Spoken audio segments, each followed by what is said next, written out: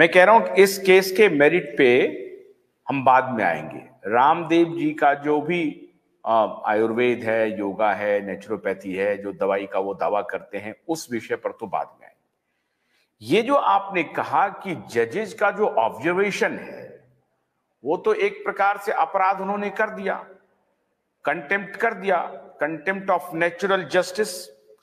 And अपने जो constitution का जो प्रावधान है उसके बियॉन्ड जा करके ये बोलना कि हम यहीं से फोन पर कर देंगे, मैसेज चला जाएगा, कलेक्टर जाएगा, उठा लेगा, बंद कर देगा और कोई कोर्ट आपकी सुनवाई नहीं करेगा, ये बयान अपने आप में कंटेम्प्ट ऑफ कोर्ट है। मींस कंटेम्प्ट ऑफ कोर्ट का मतलब है कि नेचुरल जस्टिस की अवहेलना है और संविधान सम्मत नहीं है। और क्या इसे आप, मैं और थोड़ा एक हर शब्द का इस्तेमाल करता हूं कि क्या यह अपने पद का दुरुपयोग नहीं है?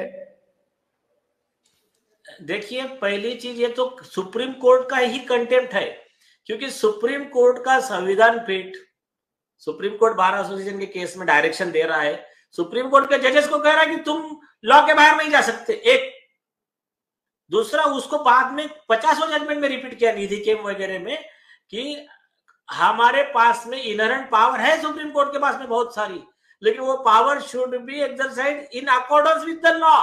जब स्टैट्यूटरी प्रोविजन वहां पर है तो उस प्रोविजन के बाहर हम नहीं जा सकते। ऐसे कंडीशन में बाबा रामदेव जैसे लोगों को, जो मतलब ये आयुर्वेदा का नाम ऊंचा कर रहे हैं, योग का प्रचार दुनिया में नहीं देश में किया, कॉमन मैन को, गरीबों को सस्ती और विदाउट साइड इफेक्ट वाली हार्मलेस दवाइयां उपलब्ध करा रहे, और लोग करोड़ों लोग वो तो कह रहे हैं कि उनके पास में ट्रायल्स है, उनके पास में एविडेंस है, तो वो अवेलेबल रह के उसके प्रूफ्स होते हुए, और जिस कंपनी का टर्नओवर आज 50,000 करोड़ को क्रॉस कर रहा है, ऐसे व्यक्ति को इस तरह से धमकी दी जा रही है, तो ये जनता को सोचने की जरूरत है। तो ये ऑब्वियस है कि कॉमन मैन को ऐसे सुप्रीम कोर्ट के जजेस किस तरह से उनके अधिकारों का हनन करते होंगे, वो तो बेचारा उनका विषय चर्चा में भी नहीं आता होगा। ऐसे कई केसेस हैं जो हमारे पास में कंप्लेंट आए हैं। तो पहली चीज मैं आता हूं मुद्दे पे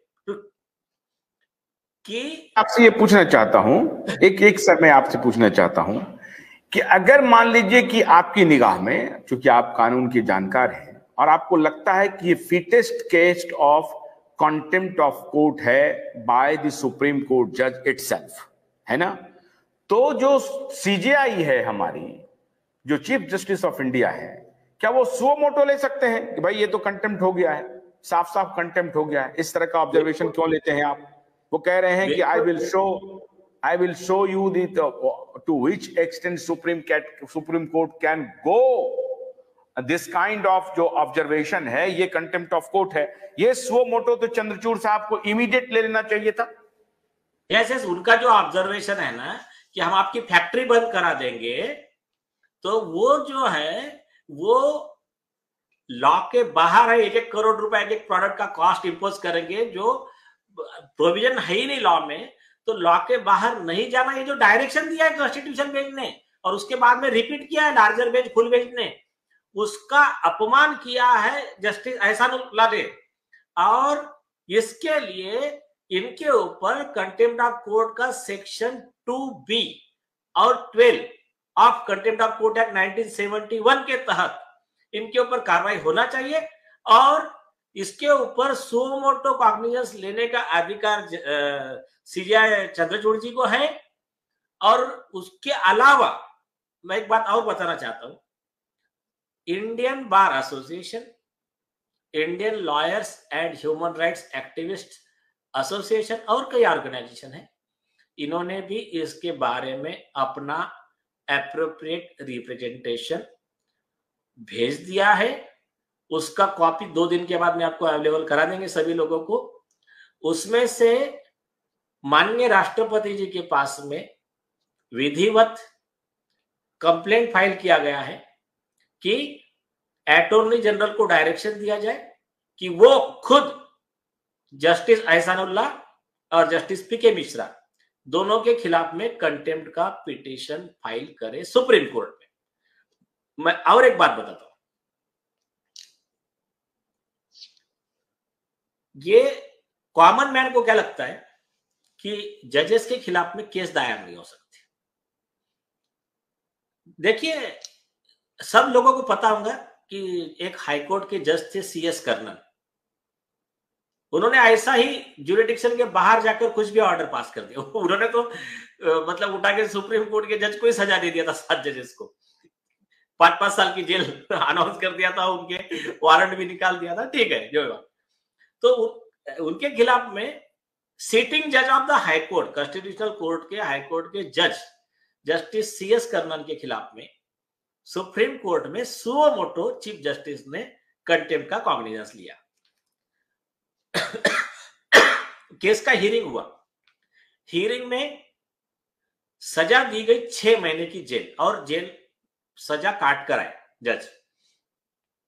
उसमें एक पॉइंट आया कि हाई कोर्ट जज, सुप्रीम कोर्ट जज, चीफ जस्टिस ऑफ इंडिया, जो भी जजेस है, तो इन जजेस के खिलाफ में कंटेम्प्ट ऑफ कोर्ट की पिटीशन सुप्रीम कोर्ट में, हाई कोर्ट में मेंटेनेबल है या नहीं है। तो उसका जवाब सुप्रीम कोर्ट के ही 7 जज बेंच, 7 सदस्यीय कॉन्स्टिट्यूशन बेंच, मतलब संविधान पीठ ने स्पष्ट तरीके से दे दिया। 2017 का SCC का पैरा नंबर 60 है जजमेंट का।